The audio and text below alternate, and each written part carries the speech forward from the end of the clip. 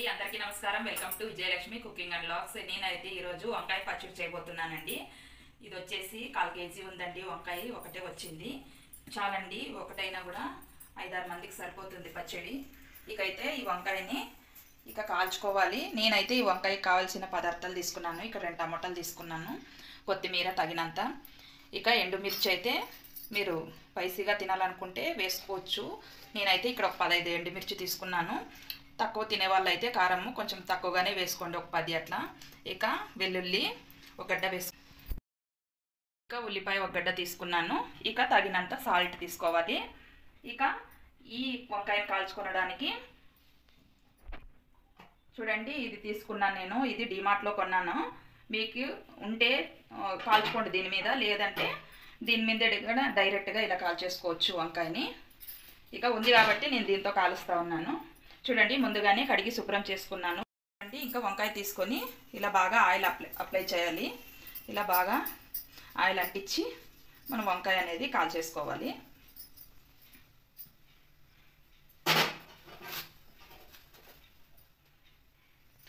చూడండి, కాస్త గ్యాస్ హైలోనా స్లిమ్లోనా పెట్టుకుంటూ వంకాయని కాల్చుకోవాలి. అలాగే ఈ టమాటాలకు కూడా ఆయిల్ అప్లై చేసుకొని పక్కకు పెట్టేసుకుందాం.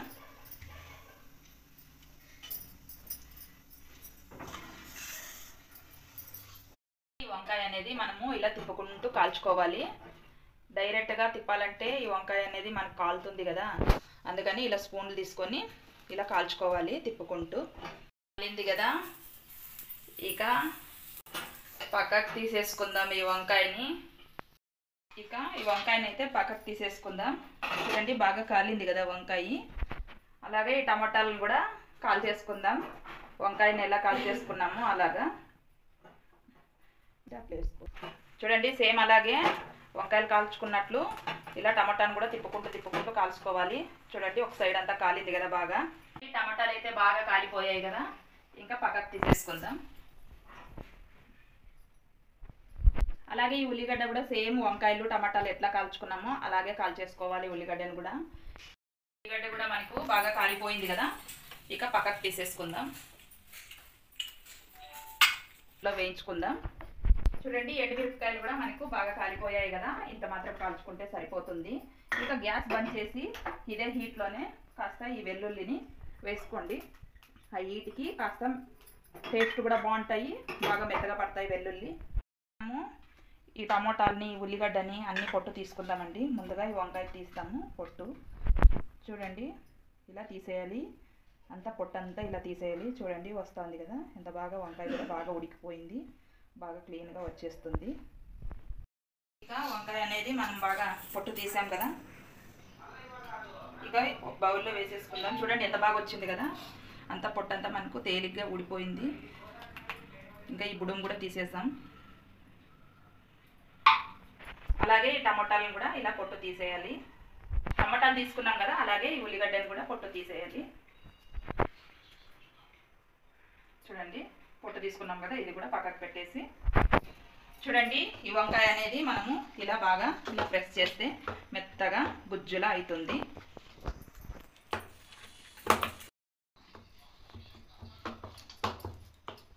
చూడండి, ఇలా బాగా ఇలా అనుకుంటూ ఉండాలి.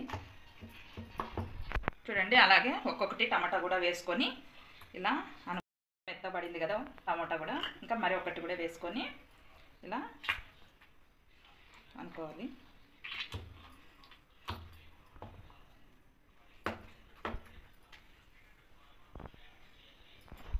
అలాగే ఉల్లిగడ్డను కూడా వేసేసుకొని ఇలా బాగా గట్టిగా అంటే మెత్తబడిపోతుంది, మనం కాల్చుకున్నాం కదా. చూడండి, అంతే.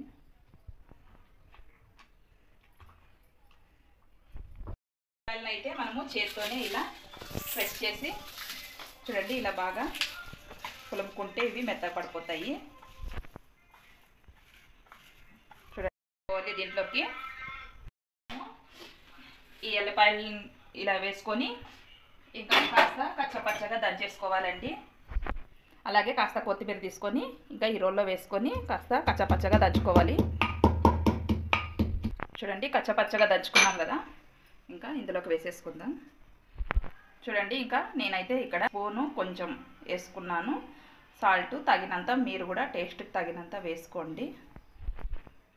ఒకసారి ఇక బాగా కలిపేసుకోండి. ఇంకా ఒక స్పూన్ తీసుకొని ఇలా బాగా కలిపేసుకోవాలి. చూడండి, బాగా కలిపేసుకున్నాం కదా. ఇప్పుడు మనకు ఉప్పు కారం సరిగ్గా సరిపోయిందో లేదో చూసుకుందాం. చాలా బాగుందండి, చాలా సూపర్గా ఉంది. అప్పుడప్పుడు మీరు కూడా ఇలా చేసుకుంటూ ఉంటే హెల్త్కి కూడా మంచిది, ఆరోగ్యానికి మంచిది, చాలా మంచిది. ఇక మీ ముందుకైతే నేను ఈ అద్భుతమైన ఒక రెసిపీని తెచ్చాను. చూడండి, నా వీడియో మీకు నచ్చిందా? అలాగైతే లైక్ చేయండి, షేర్ చేయండి, సబ్స్క్రైబ్ చేసుకోండి, పక్కనే ఉన్న బెల్ బటన్ నొక్కండి. ఎలా ఉందో తప్పకుండా కామెంట్ చేయండి.